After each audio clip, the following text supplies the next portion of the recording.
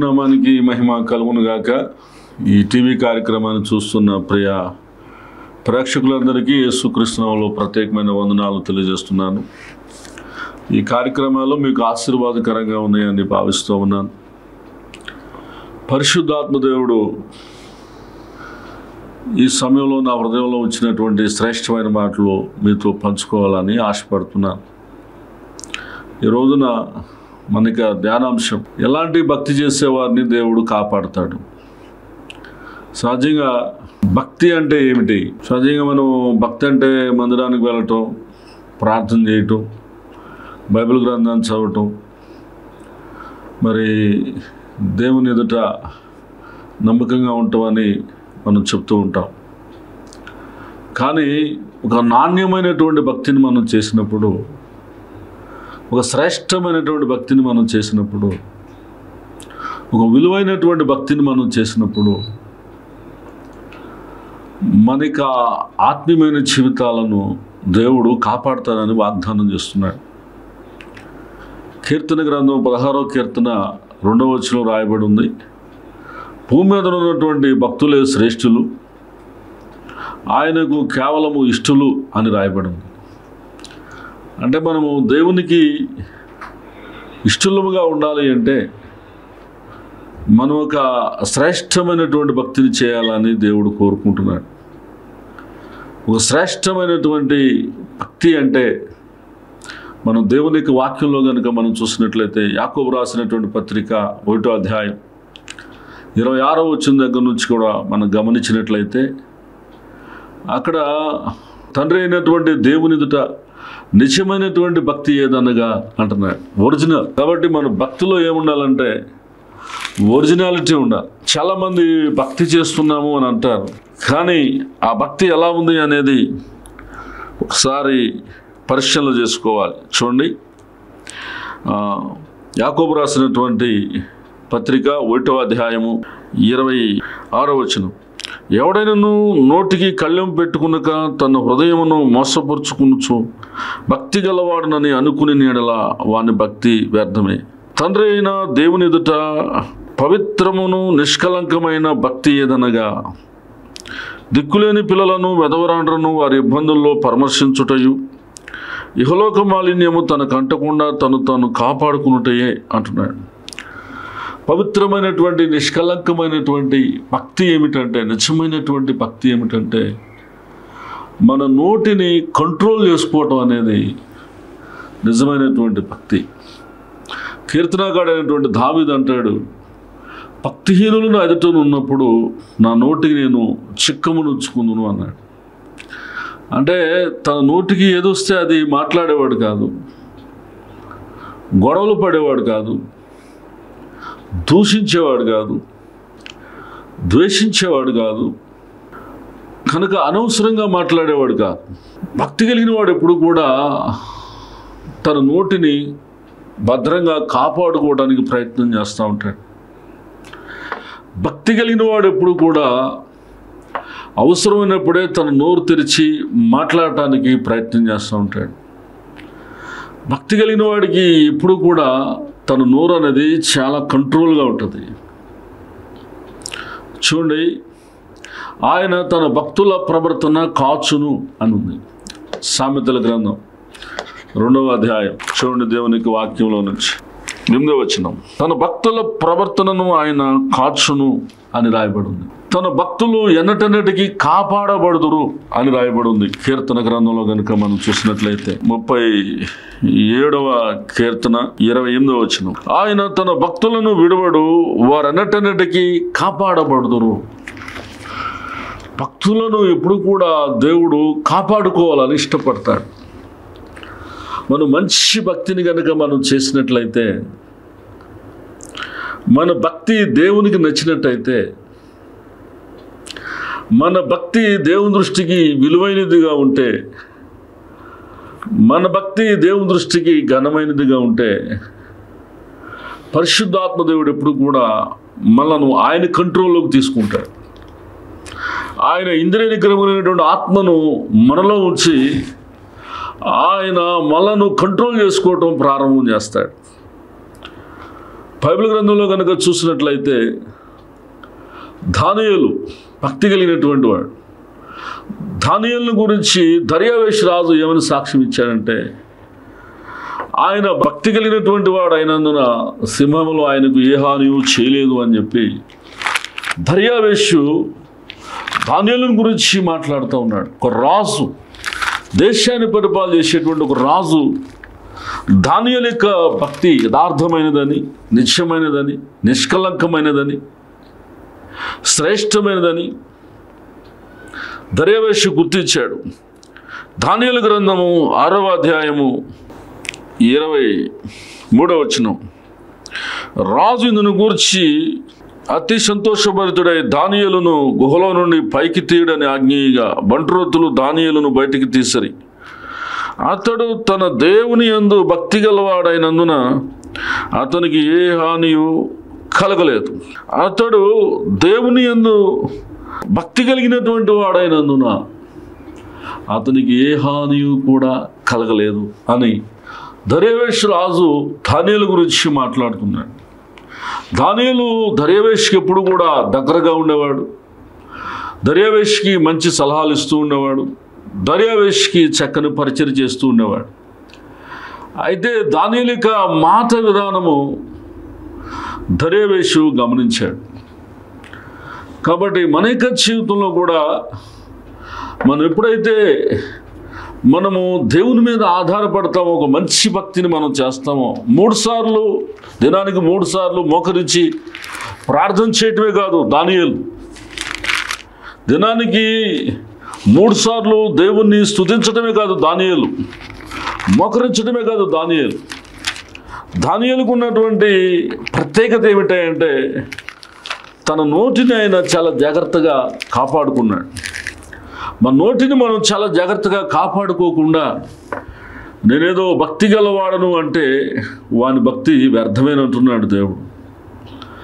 ఆయన ఎక్కడ కూడా మరి సింహాల బోన్లోనికి వెళ్ళినప్పుడు ఆయన మీద వ్యతిరేకంగా సాక్ష్యం పలికిన వారి మీద కానీ, గుహలో ఏంచిన వారి మీద కానీ, దానియేలు చెడుగా మాట్లాడటం కానీ, చెడ్డగా ప్రచారం చేయటం కానీ, వారు నాశనమైపోవాలని కోరుకోవటం కానీ దానియేలు కోరుకోలేదు.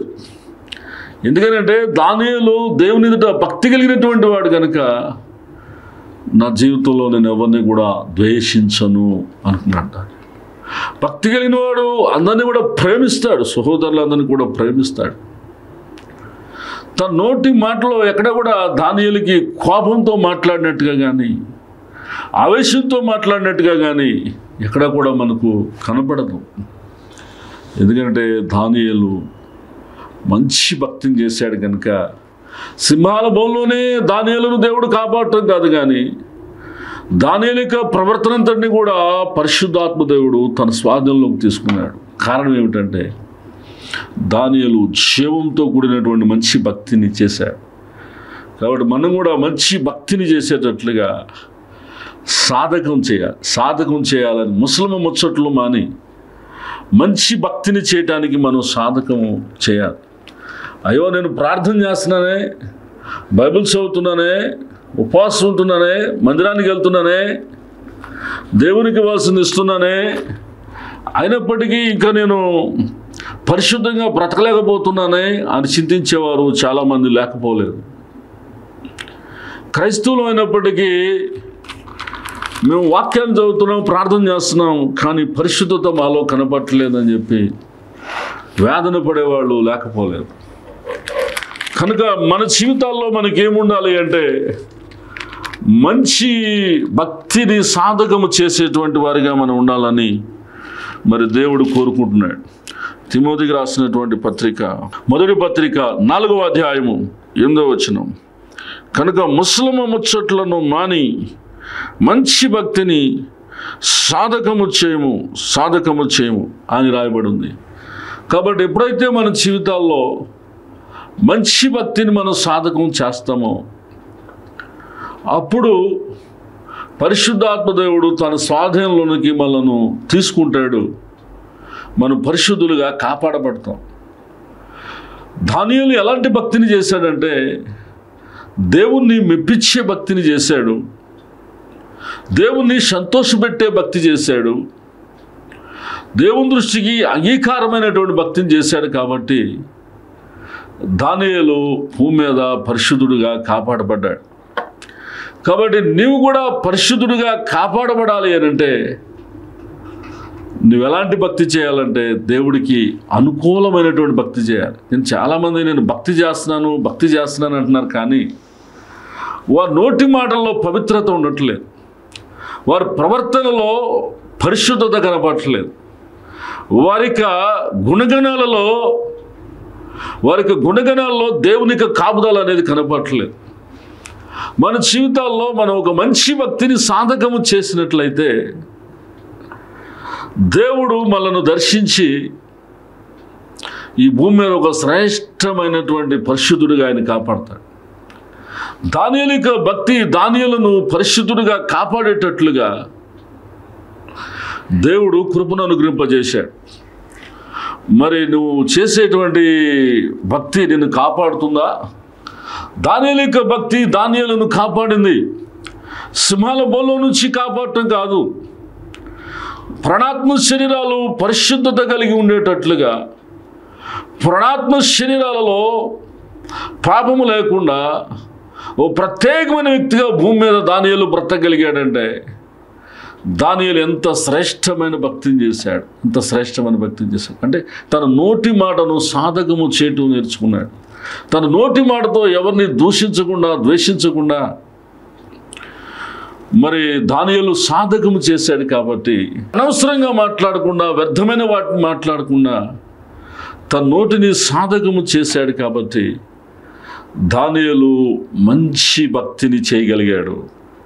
ఒక వ్యక్తి భక్తి కలిగిన వాడో కాదో మనం దేనిని బట్టి తెలుసుకోగలుగుతామంటే అతడు మాట్లాడేటువంటి మాటల బట్టి మనం తెలుసుకోగలుగుతాం.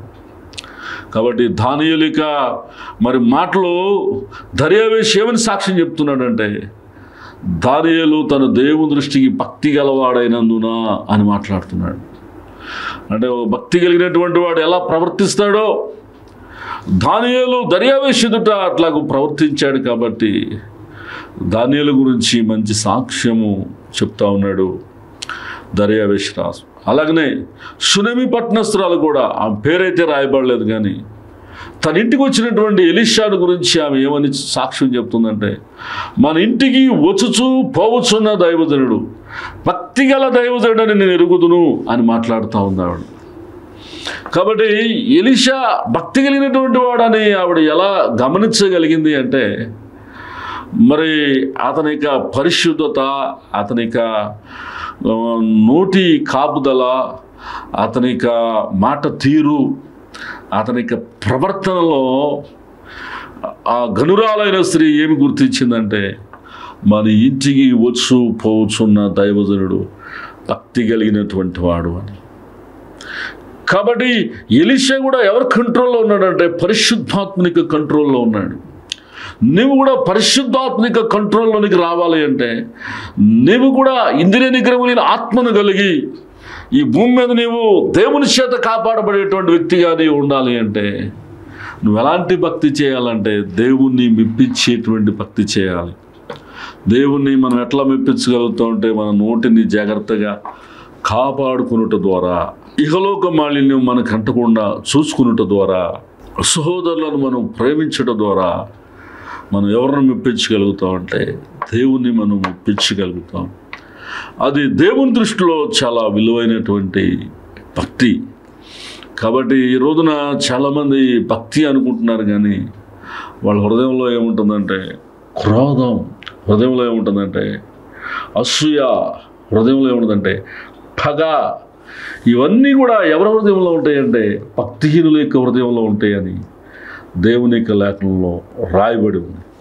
కాబట్టి భక్తి కలిగినటువంటి వారిగా మన యొక్క హృదయంలో ఏముండాలంటే మరి దైవికమైన సన్నిధి ఉండాలి, మంచి మాదిరి ఉండాలి, యేసు ప్రభువు లాంటి మాదిరి ఉండాలి. కాబట్టి నీ జీవితంలో ఒక మంచి భక్తిని చేయడానికి సాధకము చేసినట్లయితే నీవు అనేక జనరేషన్స్కి ఆశీర్వాదకరమైన వ్యక్తిగా నువ్వు మారుతావు. నువ్వు ఒక మంచి భక్తిని కనుక సాధకము చేసినట్లయితే అనేక తరాలకు నువ్వు దీవెనకరమైన వ్యక్తిగా నీవు మారుతావు. కొర్నేలి గురించి రాయబడి ఉంది. అపోస్తుల కార్యాల గ్రంథం 10వ అధ్యాయం 1వ వచనంలో, ఇటాలీ పట్టణంలో కొర్నేలి అని ఒక భక్తిపరుడు ఒకడు ఉన్నాను. భక్తిపరుడు అని చెప్పి అతని గురించి రాయబడింది. అతని గురించి భక్తిపరుడు అని రాయబడింది. ఎందుకు రాయబడింది అంటే కొర్నేలి దేవుని ఎదుట యథార్థంగా ఉన్నాడు. ఆయన ఒక శతాధిపతిగా ఉన్నప్పటికీ కూడా ఆయన పరిశుద్ధుడిగా ఉన్నాడు. తన నోటిని ఆయన పవిత్రంగా కాపాడుకున్నాడు. అందుకనే అతడు భక్తిపరుడు అని చెప్పి అతని గురించి రాయబడింది. తనకు దేవుడు దర్శనం చూపించినప్పుడు పేతురు దగ్గరికి ఎవరిని పంపించాడంటే ఒక భక్తి కలిగినటువంటి సైనికుని, పనివాణిని పంపించాడు. చూడండి, కొర్నేలి భక్తిపరుడుగా ఉండటమే కాదు కానీ ఒక మంచి భక్తి కలిగినటువంటి వాడిని తయారు చేయగలిగారు. అలాగనే మనం కూడా ఒక మంచి భక్తిని కనుక మనం సాధకం చేసినట్లయితే ఆయనకు భక్తులను ఆయన విడిచిపెట్టే దేవుడు కాదు. ఆయన భక్తులను ఆయన కాపాడుకునేటువంటి దేవుడు. ఆయన భక్తుల యొక్క అవసరతలను దేవుడు తీరుస్తాడు. కాబట్టి మన జీవితంలో నుంచి దేవుడు ఏం ఆశిస్తున్నాడంటే ఒక జీవంతో కూడిన భక్తిని దేవుడు ఆశిస్తూ ఉన్నాడు. ఒక మంచి భక్తిని దేవుడు ఆశిస్తూ ఉన్నాడు. నువ్వు ఎప్పుడైతే ఒక మంచి భక్తిని నువ్వు చేయగలుగుతావో నీ జీవితంలో నువ్వు ఒక ప్రత్యేకమైనటువంటి వ్యక్తిగా మారిపోతావని దేవుడు చెప్తా ఉన్నాడు. కాబట్టి చాలామంది భూమి మీద భక్తి చేస్తున్నారు. కానీ నీ భక్తి దేవుడికి అనుకూలంగా ఉందా? నీ భక్తి దేవుడిని సంతోషపెట్టేదిగా ఉందా? నీ భక్తి మరి దేవుణ్ణి ఆకర్షించేదిగా ఉందా? నీ భక్తి దేవుని యొక్క సహాయాన్ని నీ జీవితంలో పొందుకునేదిగా ఉందా? లేనట్లయితే ఒక నామకార్థమైన భక్తి నువ్వు చేస్తున్నావా? ఒక ఆచారమైన భక్తిని చేస్తున్నావా? ఒక అలవాటుతో కూడిన భక్తిని చేస్తున్నావా? అయితే దేవుని సన్నిధిలో ప్రార్థించి, నాయనా నాకున్నటువంటి ఆచారమైన భక్తి సాంప్రదాయాల నుంచి నన్ను విడిపించయ్యా, ఆత్మలో భక్తి చేయనట్లుగా ఆత్మానుసారమైన వ్యక్తిగా నన్ను మార్చునైనా అని ప్రభు సన్నిధిలో ప్రార్థించు. పరిశుద్ధాత్మ దేవుడు ఖచ్చితంగా నిన్ను దర్శిస్తాడు. ఎందుకంటే ఈ దేశంలో భక్తుడు లేకపోయిను అని మీకా ప్రవక్త 7వ అధ్యాయంలో ప్రవచించాడు, మీకా గ్రంథంలో. కాబట్టి కొన్ని చోట్ల ఇప్పుడు ఎవరు లేకపోతున్నారంటే సరైనటువంటి భక్తులు లేకపోతున్నారు. నీ భక్తి సరైనదేనా? నీ భక్తి దేవుణ్ణి ఆకర్షించేదేనా? నీ భక్తి యథార్థమైనదేనా? ఒకసారి నీ హృదయంలో పరిశీలించుకోమని మరి పరిశుద్ధాత్మ దేవుడు నీకు తెలియచేస్తూ ఉన్నాడు. నేనేదో భక్తి చేసేస్తున్నాను అని చెప్పుకుంటూ దాన ధర్మాలు చేసేస్తున్నాయేమో, నేనేదో భక్తి చేసేస్తున్నానని చెప్పి పాపాన్ని విడిచిపెట్టకుండా ఏదో పుణ్యకార్యాలు చేసేస్తున్నాయేమో. కాబట్టి మన జీవితాల్లో మనం పాపాన్ని విడిచిపెట్టినప్పుడే మంచి భక్తిని మనం చేయగలుగుతాం. మన జీవితాల్లో పాపాన్ని మనం ద్వేషించినప్పుడే మంచి భక్తిని మనం మనం చేయగలుగుతాం. కాబట్టి నీ భక్తి ఎలా ఉందో ఒకసారి పరిశీలించుకో, పరీక్షించుకో, దేవుని ఎదుట సరి చేసుకో. మరి దేవుడికి అనుకూలమైనటువంటి భక్తిని నువ్వు చెయ్యి. ఖచ్చితంగా దేవుడు నీ పట్ల కృప చూపుతాడు. కొంతమంది భక్తి అట నిలవలేకపోతుందంట దేవుని ఎదుట. ఎఫ్రాయిము నీ భక్తి నిలవకపోవును అంటున్నాడు దేవుడు. కాబట్టి మనకి నిలబడేటువంటి భక్తిని మనం చేయాలి, కానీ మరి నిలబడనటువంటి భక్తిని మనం చేయకూడదు. చాలామంది మరి భక్తి చేస్తూ ఉన్నారు, కానీ ఆ భక్తిలో ఏముంటలేదంటే దైవికమైనటువంటి శక్తి ఉండలేదు. పైకి భక్తి కలిగినటువంటి వారిగా కనపడుతున్నారు, కానీ ఏమండి హృదయంలో శక్తి లేనటువంటి వారిగా ఉంటున్నారు. కాబట్టి పైకి భక్తి గల వారిగా ఉంటూ కూడా వారి లోపల ఏం ప్రేమిస్తున్నారంటే సుఖానుభవాన్ని ప్రేమిస్తున్నారు. భక్తి కలిగిన వాడు కష్టపడటానికి ఇష్టపడతాడు, నష్టపోవడానికి ఇష్టపడతాడు. తన ప్రాణమైనా ప్రభు కొరకు పెట్టడానికి ఏమాత్రం కూడా వెనుదీయుడు. కనుక నువ్వు ఒక మంచి భక్తిని కనుక సాధకం చేసినట్లయితే దేవుడు నిన్ను ఖచ్చితంగా కాపాడుతాడు. ఏమంటాడు? నా ఆత్మ దేవుని సంరక్షణ చేత, దేవాన్ని సంరక్షణ చేత నా ఆత్మను కాపాడితివి అంటాడు. అంటే యేహూ యొక్క జీవితాన్ని ఎవరు కాపాడారంటే పరిశుద్ధాత్మ దేవుడు కాపాడాడు. యేహూ తన శరీరం మీద మాత్రమే అపవాదికి దేవుడు అధికారం ఇచ్చాడు, కానీ ఏబు యొక్క ఆత్మ మీద అపవాదికి దేవుడు అధికారాన్ని ఇవ్వాల. అంత కష్టంలో కూడా, అంత నష్టంలో కూడా దేవుని దూషించడం కానీ, లేకపోతే ఇంటి వారిని దూషించడం కానీ ఏబు ఎక్కడా కూడా చేయలేదు. ఎందుకంటే ఏబు నోటి మాటతో కూడా పాపము చేయలేదు.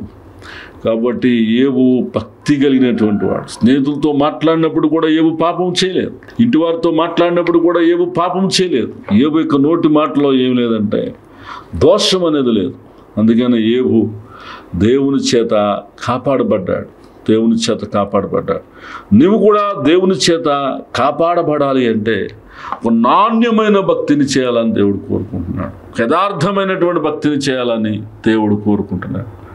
ఒక శ్రేష్టమైన భక్తిని చేయాలని దేవుడు కోరుకుంటున్నాడు. కాబట్టి నేను ఏదో భక్తి చేస్తున్నానండి అని నువ్వు అనుకున్నావు. నీ భక్తిని దేవుని ఎదుట సరి చేసుకో. నీ నోటి మాటను దేవుని ఎదుట సరి చేసుకో. అలాగే నీ ఉద్దేశాలను దేవుని ఎదుట సరి చేసుకో. నీ ప్రవర్తనను దేవుని ఎదుట సరి చేసుకో. పరిశుద్ధాత్మ దేవుడు తన స్వాధీనంలోకి నిన్ను తీసుకుంటాడు. ఆయన నిన్ను కాపాడటం మొదలు పెడతాడు.